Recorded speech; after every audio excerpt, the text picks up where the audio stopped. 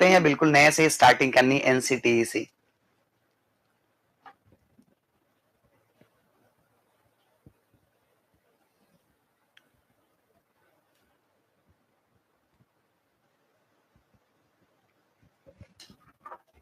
नई जानकारी रखते हैं। चलिए सबसे पहले बिल्कुल नए सिरे से स्टार्ट करेंगे। सबसे पहले आप क्या लिखेंगे, इसका पूरा नाम लिखें, कई बार मैचिंग करने के लिए आ जाता है फुल फॉर्म जिसको हम कहते हैं पूरा नाम। तो एन से नेशनल, पूरा नाम आप लिखेंगे national council for, national council for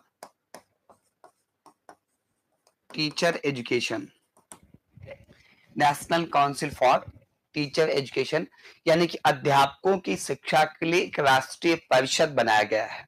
Hindi में इसका नाम क्या बताएंगे आप? हिंदी में कहेंगे राष्ट्रीय अध्यापक शिक्षा परिषद। क्या नाम लिखेंगे? राष्ट्रीय अध्यापक शिक्षा परिषद।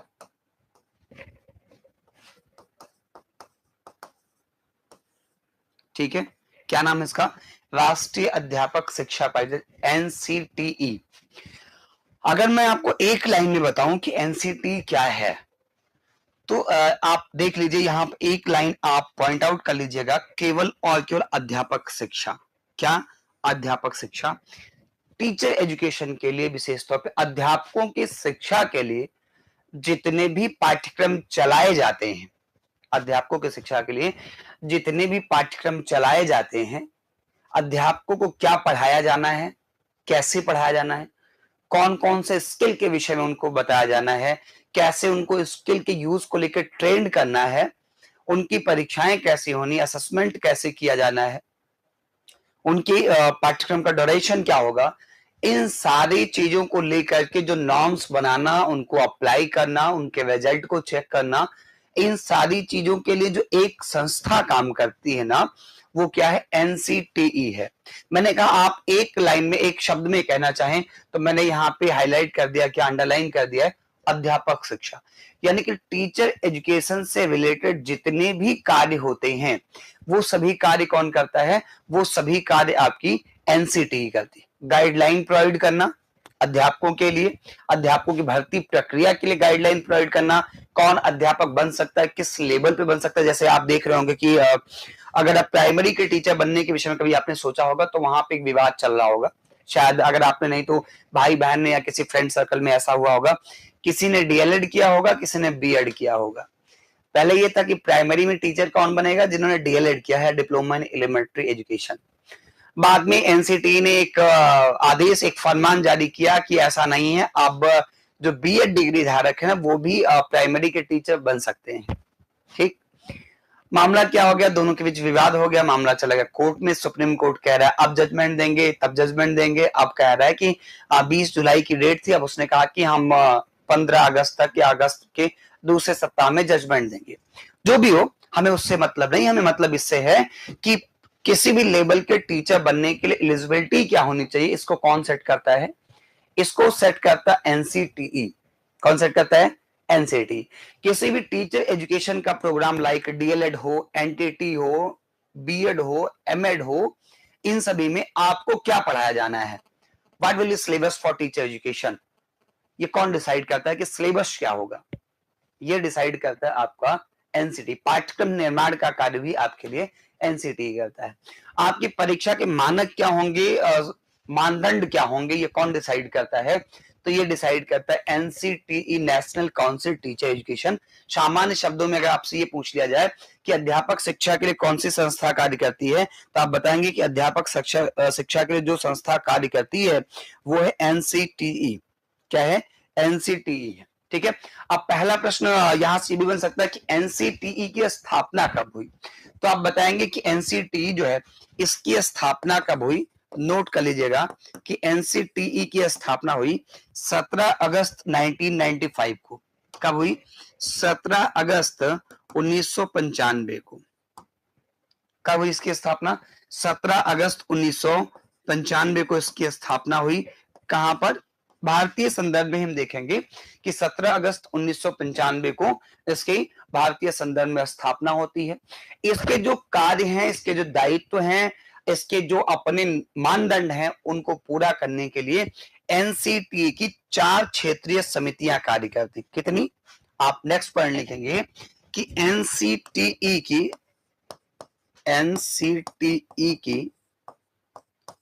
4 क्षेत्रीय समितियां कार्य करती हैं।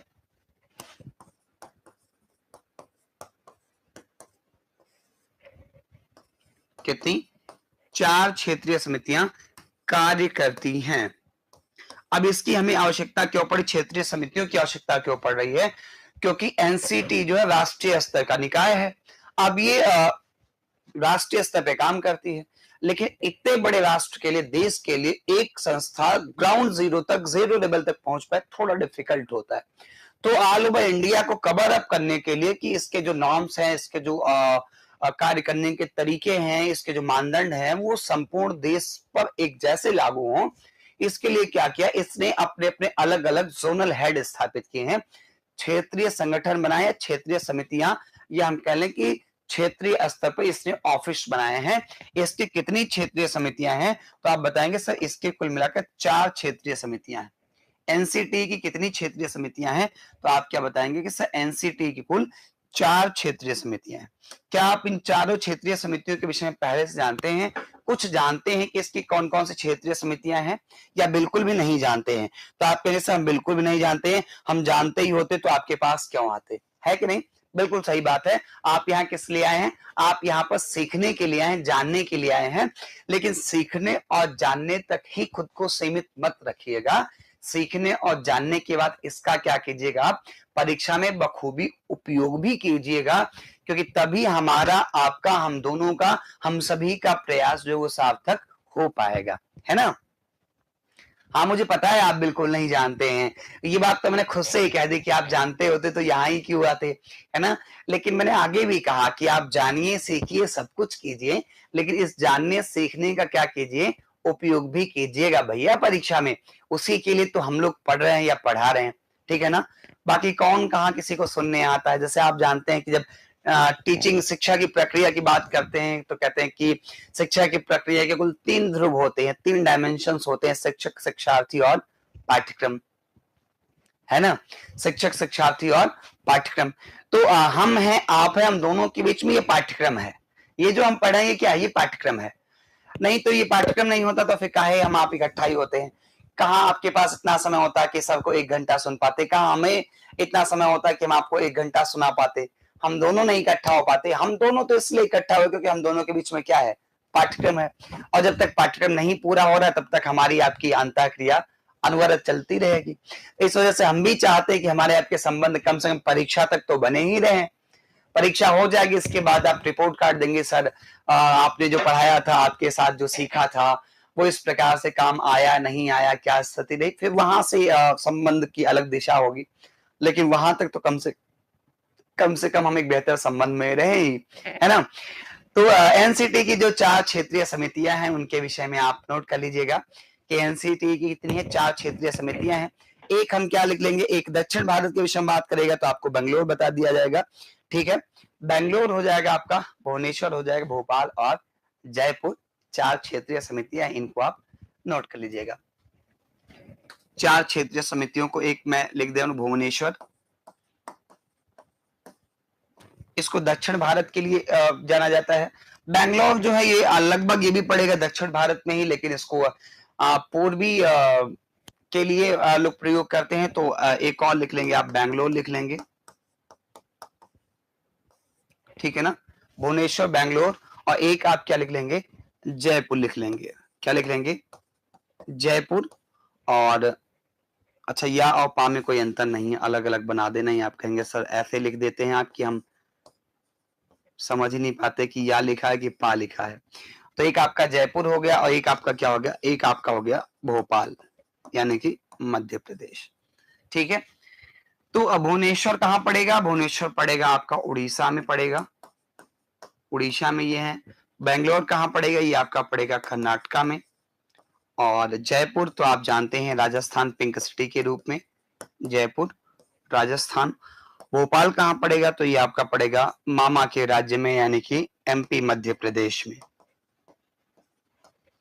तो एनसीटी की कितनी क्षेत्रीय समितियां हैं? तो आप बताएंगे एनसीटी कुल कितनी क्षेत्रीय समितियां हैं? 4 क्षेत्रीय समितियां हैं। कहाँ कहाँ? भुवनेश्वर, बेंगलोर, जयपुर और भोपाल में। ठीक है, नोट कर लीजिएगा। अब आगे हम आप देखते हैं कि एनसीटी की जो स्थापना की गई, national council for teacher education की जो स्थापना की गई, इसकी स्थापना के उद्देश्य क्या थे और बेसिकली ये कौन कौन से कार्य करता है? तो नेक्स्ट पॉइंट आप हेडिंग डालिएगा एनसीटीई के उद्देश्य। क्या हेडिंग डालेंगे? एन सी टी ई के उद्देश्य। कॉपी में अपनी हेडिंग डालिएगा एनसीटीई के उद्देश्य। मैंने आपसे कई बार कहा कि मुझे एक बार आप नोट्स दिखाइएगा कि आपने क्या लिखा है, लेकिन आप लोगों ने कभी दिखाया नहीं। आप लोगों ने कभी दिखाना उचित समझा ही नहीं कि हाँ जयपुर वाली समिति कार्य करती है।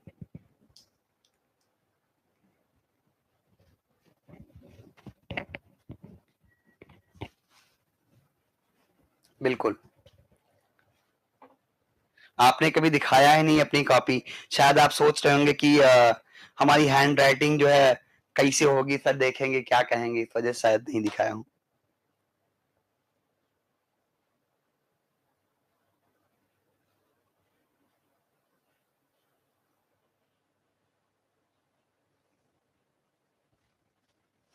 चलिए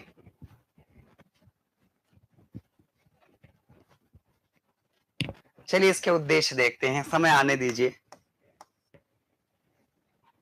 एनसीटीई लिखिएगा, एनसीटीई संपूर्ण देश में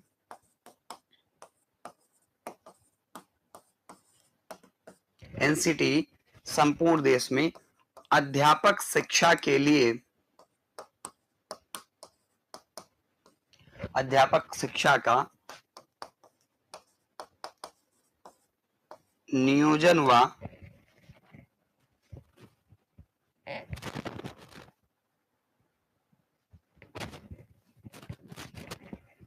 एनसीटी संपूर्ण देश में अध्यापक शिक्षा का नियोजन व समन्वय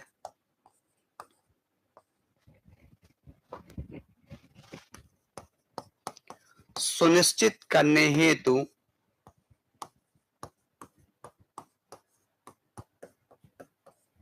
स्थापित की गई।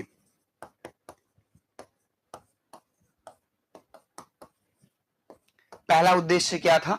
अगर आपसे पूछा जाए कि एनसीटीई की स्थापना का उद्देश्य क्या था,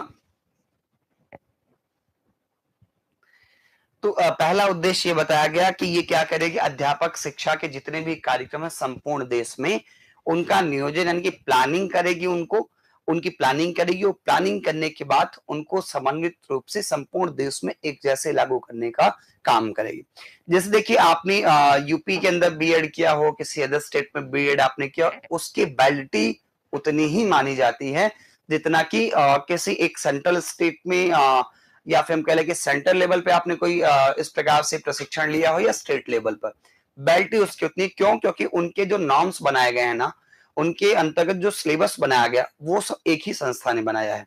चाहे आपने मध्य प्रदेश से आपने बीएड किया हो, या आपने राजस्थान से बीएड किया हो, या आपने यूपी से बीएड किया हो, या फिर आपने इग्नू से बीएड किया हो, आपने कहीं से भी बीएड किया हो या डीएलएड किया हो, जितनी वैलिडिटी एक की है उतनी ही वैलिडिटी दूसरे की भी है। इस वजह से क्योंकि उनके लिए जो सिलेबस डिसाइड किया गया ना, वो किसके द्वारा? एनसीटीई के द्वारा किया गया। ये हम कहते कि कई बार अलग अलग यूनिवर्सिटी जो है थोड़ा बहुत सिलेबस अलग अलग प्रकार से रखती हैं, पर उनका उद्देश्य जो होना था, उनका उद्देश्य एक ही होता है। जैसे अगर एक इंस्टीट्यूशन या एक यूनिवर्सिटी चाहती है कि टीचर्स के अंदर कम से कम 5 से 6 basic skills of teaching develop कर दिया जाए, तो अगली वाली यूनिवर्सिटी भी यही चाहती है कि एक टीचर के अंदर जो है मिनिमम 5 से 6 बेसिक स्किल ऑफ टीचिंग के डेवलप कर दिया जाए, जैसे कि प्रस्तावना कौशल, प्रश्नीकरण कौशल हो जाए, उद्दीपन परिवर्तन कौशल हो जाए। ऐसे कौशलों को आधारभूत कौशल, बेसिक स्किल्स ऑफ टीचिंग जिसको हम मानते हैं। हाँ, अनुज जी, जितने भी अध्यापक शिक्षा के पाठ्यक्रम, उन सभी का सिलेबस कौन डिसाइड करता है? ये आपका एनसीटी ही बताता है कि आपको हम एक टीचर में ये क्वालिटीज देखना चाहते हैं। तो ये बताते हैं कि हम एक टीचर में ये चीजें देखना चाहते हैं, इतने स्किल देखना चाहते हैं, इस प्रकार की चीजों को देखना चाहते हैं, और उसी को मानक मान करके अलग अलग यूनिवर्सिटी जो है वो अपना सिलेबस चुनती है। कोई कहता है कि हम मान लीजिए इस साइकोलॉजिस्ट को पढ़ाएंगे, कोई कहता है हम इस साइकोलॉजिस्ट को पढ़ाएंगे, कोई कहता है हम इस फिलोसोफर को पढ़ाएंगे, कोई कहता है हम इस फिलोसोफर को पढ़ाएंगे। वो आप चुन सकते हैं यूनिवर्सिटी लेवल पर सभी का जो अंतिम उद्देश्य होता है ना, जैसे ये कहा जाए कि अंतिम उद्देश्य क्या है, तो आदर्शवाद हो जाए, महात्मा गांधी हो जाए, विवेकानंद हो जाए, जो भी है, इन सब का अंतिम उद्देश्य है कि अपने आप को जानना, या कहे ईश्वर की प्राप्ति करना, मोक्ष की प्राप्ति करना। तरीके अलग अलग हो सकते हैं पर जाना सभी को एक ही जगह पे है। इस प्रकार से तो यूनिवर्सिटी के अपने सिलेबस हो सकते हैं, पर प्रत्येक यूनिवर्सिटी फाइनली जाकर के उसी एम को फुलफिल करने का प्रयास करती है जिसको कि एनसीटी ने क्या किया है, डिसाइड किया है। रास्ते अलग अलग हो सकते हैं पर अंजाम सभी का एक ही होने के विषय में काम करते हैं, क्योंकि एनसीटी ने पहले ही बता दिया कि हम टीचर के अंदर इतने सारे स्किल्स, इतनी सारी नॉलेज क्या करना चाहते हैं, देखना चाहते हैं। अब उनके लिए जो अलग अलग प्रकार की यूनिवर्सिटी है वो अलग अलग प्रकार से क्या करते हैं, कई बार टॉपिक को चुन लेती हैं, पर उन सभी का उद्देश्य एक ही होता है कि अंत में जाकर के इतनी स्किल या इतनी नॉलेज हमें एक टीचर के अंदर चाहिए होती। ठीक है, नेक्स्ट पॉइंट की बात करते हैं। अगर अगले उद्देश्य के विषय में बात करें तो आप लिखेंगे अध्यापक शिक्षा से संबंधित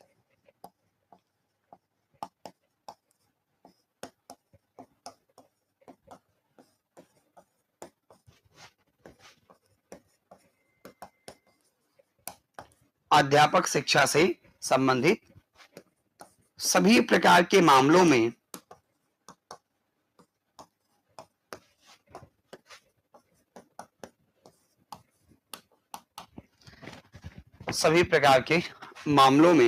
जितने भी इश्यूज आएंगे, जितने भी मुद्दे आएंगे,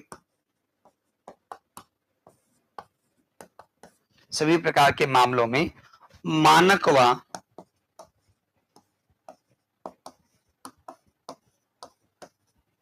मानदंड निर्धारित करना,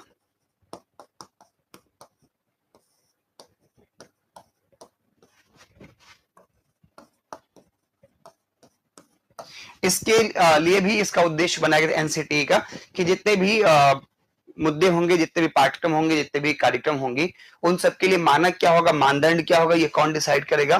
तो ये सब डिसाइड करने का काम कौन करती है? एनसीटीई करती है। ठीक है ना। नेक्स्ट पॉइंट आप हेडिंग डालेंगे एनसीटी के कार्य। छोटे छोटे पॉइंट्स में मैं आपको बता दे रहा हूं। ठीक है, नेक्स्ट हेडिंग आप डालेंगे एनसीटीई के कार्य। पर सबसे महत्वपूर्ण बात यही है जो पहले पेज पे मैंने आपको बताया कि एनसीटी का संबंध किससे है, एनसीटी है क्या, तो आप याद रखिएगा किसके लिए, बेसिकली अध्यापक शिक्षा के लिए कार्य करती है। यही बात सबसे ज्यादा महत्वपूर्ण है इसमें। ठीक है, एनसीटीई के कार्य।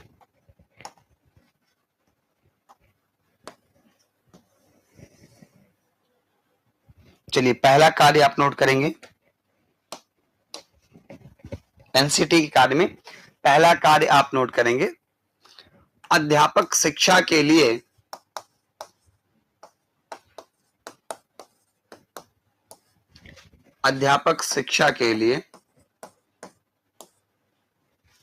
पाठ्यक्रम का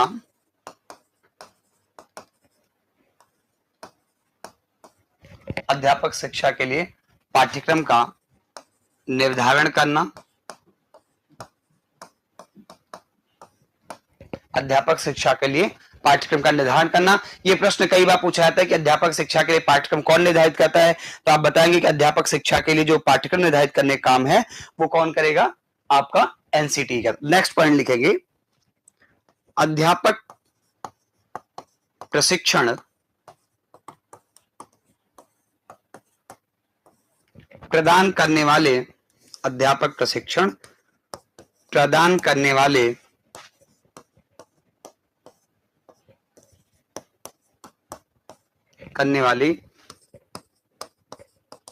संस्थानों के लिए के लिए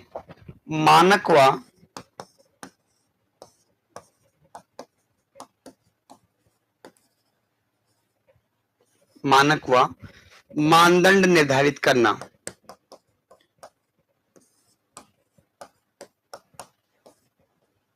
ये भी क्या है, आपके एनसीटी का कार्य है।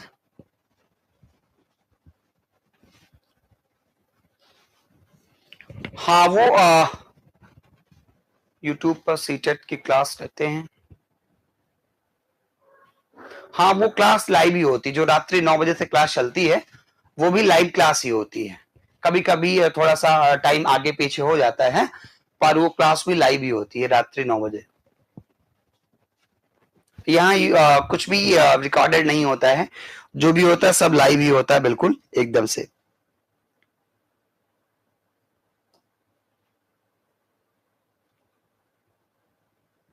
ठीक है,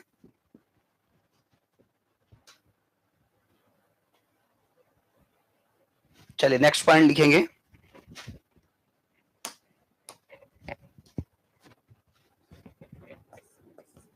देखिए, शिक्षा के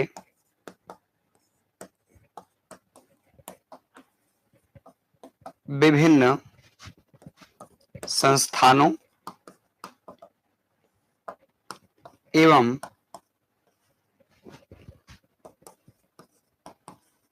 नियामक संस्थाओं को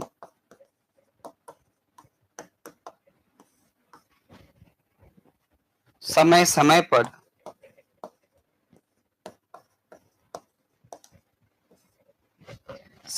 पर सलाह उपलब्ध कराना,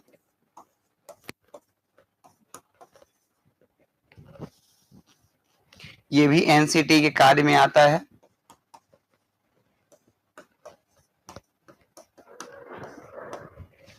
क्या करती है कि जो भी संस्था के शैक्षणिक संस्थाएं, जैसे मान ली कोई विश्वविद्यालय है या जो अन्य शिक्षण संस्थान है, इनका क्या कहता है,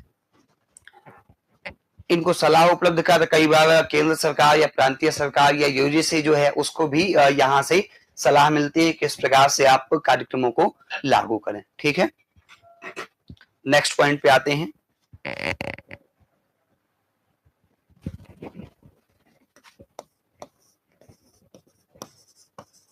अध्यापक प्रशिक्षण के दौरान किसके दौरान, अध्यापक प्रशिक्षण के दौरान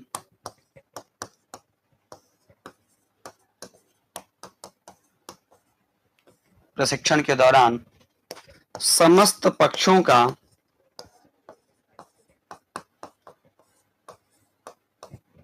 सर्वेक्षण करना,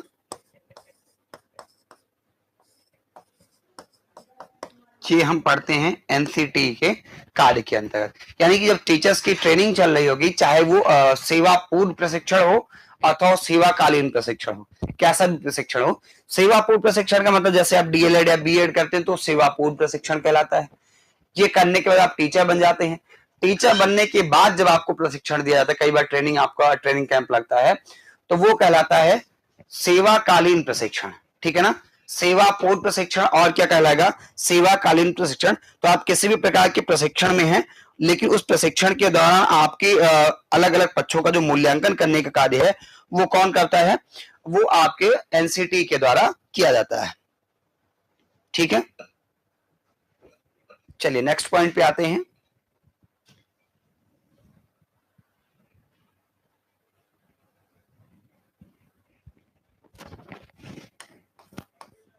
सर्वेक्षण परिणामों को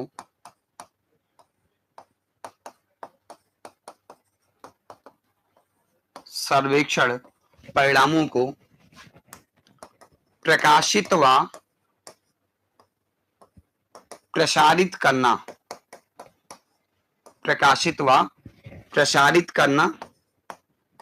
ये कार्य कौन करता है, ये कार्य भी आपका एनसीटी करता है, कि जो इसने सर्वेक्षण किया उस डाटा को, उस प्रकार के रिजल्ट को क्या करता है, पब्लिश करता है। और पब्लिश करने के बाद लोगों के बीच में, यानी कि अन्य अध्यापकों के बीच में वो क्या करता है, एक एग्जाम्पल के तौर पर प्रस्तुत करने का कार्य भी करता है। ठीक है, इसके साथ साथ आप देखेंगे एनसीटी कार्य के विषय में बात किया जाए तो एनसीटी क्या करती है कि अध्यापकों के लिए और अन्य प्रकार के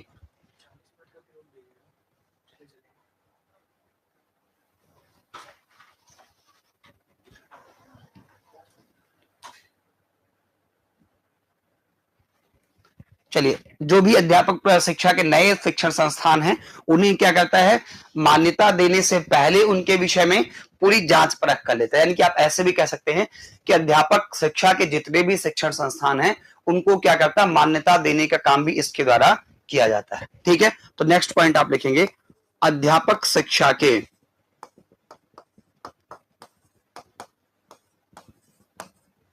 संस्थानों को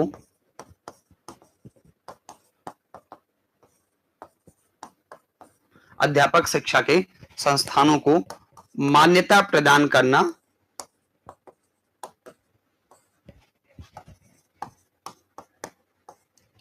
तथा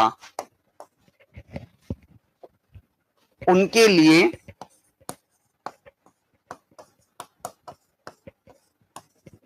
आवश्यक दिशा निर्देश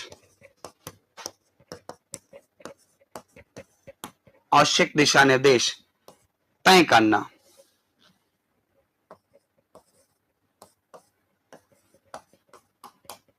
आवश्यक दिशा निर्देश तय करना बिना एनसीटी के ऑथराइजेशन के इसकी मान्यता के बिना कोई भी टीचर ट्रेनिंग के जो कॉलेजेस हैं उनका संचालन नहीं हो सकता। जैसे आप बहुत सारे कॉलेज में देखेंगे कि डीएलएड और बीएड चल रहा होता है, तो डीएलएड और बीएड को संचालित करने वाले जितने भी महाविद्यालय आपको दिखेंगे उन सभी को यहां से क्या मिली होती, मान्यता मिली होती है। आप कभी जाकर देखेंगे तो उनको उनका जो ब्राउजर होता है उस पर लिखा होगा कि एनसीटीई के द्वारा मान्यता प्राप्त।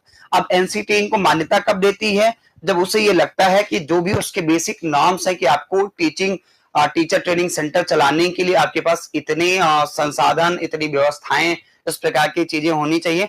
अगर उनके क्राइटेरिया को कोई भी कॉलेज पूरा कर पा रहा है तब भी उसको टीचर ट्रेनिंग इंस्टीट्यूट या संस्थान चलाने की मान्यता दी जाती। नहीं तो आप देखिए बहुत सारे महाविद्यालय ऐसे जिनमें बीए एमए ऐसे कोर्सेज चलते हैं लेकिन डीएलएड और बीएड नहीं चलता। जहां चलता होगा वहां लिखा होगा शिक्षण प्रशिक्षण संस्थान, दोनों प्रकार का नाम लिखा होगा। ठीक है, तो उनकी मान्यता जो है और डीएलएड या बीएड कॉलेजेस की जो मान्यता है वो कौन जनरेट करता है, कौन जारी करता है, तो आप बताएंगे इस प्रकार की मान्यता को जारी करने का काम या मान्यता को प्रदान करने का काम भी कौन करता है, आपका एनसीटीई ही करता है। ठीक है, नेक्स्ट पॉइंट देखेंगे अध्यापक प्रशिक्षण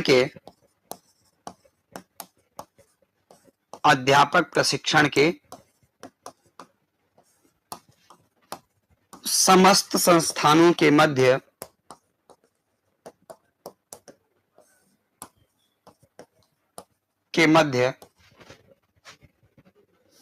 समन्वय स्थापित करने का काम भी कौन करता है, ये आपका एनसीटीई करता है। समन्वय स्थापित करना।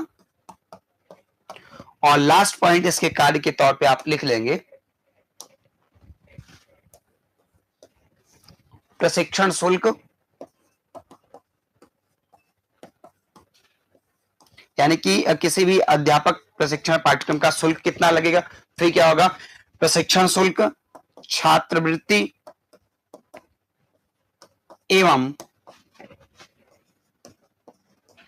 अनुबंधन, यानी कि जो विशेष परिस्थितियों में जो कॉन्ट्रैक्ट काम करता है, प्रशिक्षण शुल्क, छात्रवृत्ति एवं अनुबंधन के संदर्भ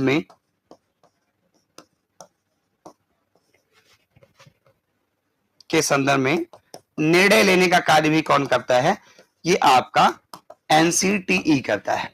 ठीक है, तो मैंने आपको एनसीटी के विषय में जो भी आधारभूत जानकारियां थी वो मैंने आपको उपलब्ध करा दी।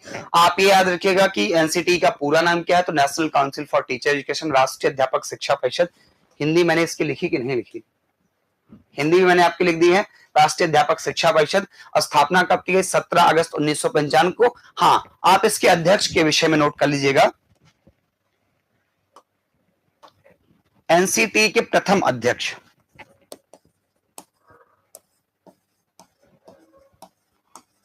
प्रथम अध्यक्ष के साथ साथ क्या लिख लेंगे, वर्तमान अध्यक्ष भी इसमें आप ऐड कर लेंगे। दो चीजें और आप नोट कर लीजिएगा कि एनसीटी के प्रथम अध्यक्ष कौन थे और वर्तमान अध्यक्ष कौन है, दोनों लिख लेंगे। अगर आपसे पूछा जाए कि एनसीटी के प्रथम अध्यक्ष कौन थे, तो प्रथम अध्यक्ष के तौर पे आप इनका नाम लिख लीजिएगा, आपके व्योमेश बनर्जी।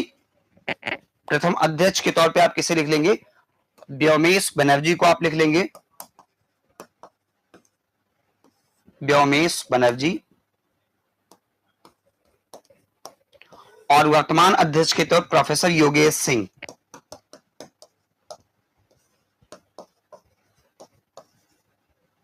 ठीक है, तो पहले अध्यक्ष कौन थे, व्योमेश बनर्जी, और वर्तमान अध्यक्ष कौन है, तो प्रोफेसर योगेश सिंह। ये एनसीटी की बेसिक जानकारी है कि इसका पूरा नाम क्या है, स्थापना कब हुई, 17 अगस्त 1995 को। किसके लिए कार्य करता है, तो अध्यापक शिक्षा के लिए कार्य करता है। किसके लिए, मैं यहां एक बार फिर से लिख दे रहा हूं, अध्यापक शिक्षा के लिए कार्य करता है।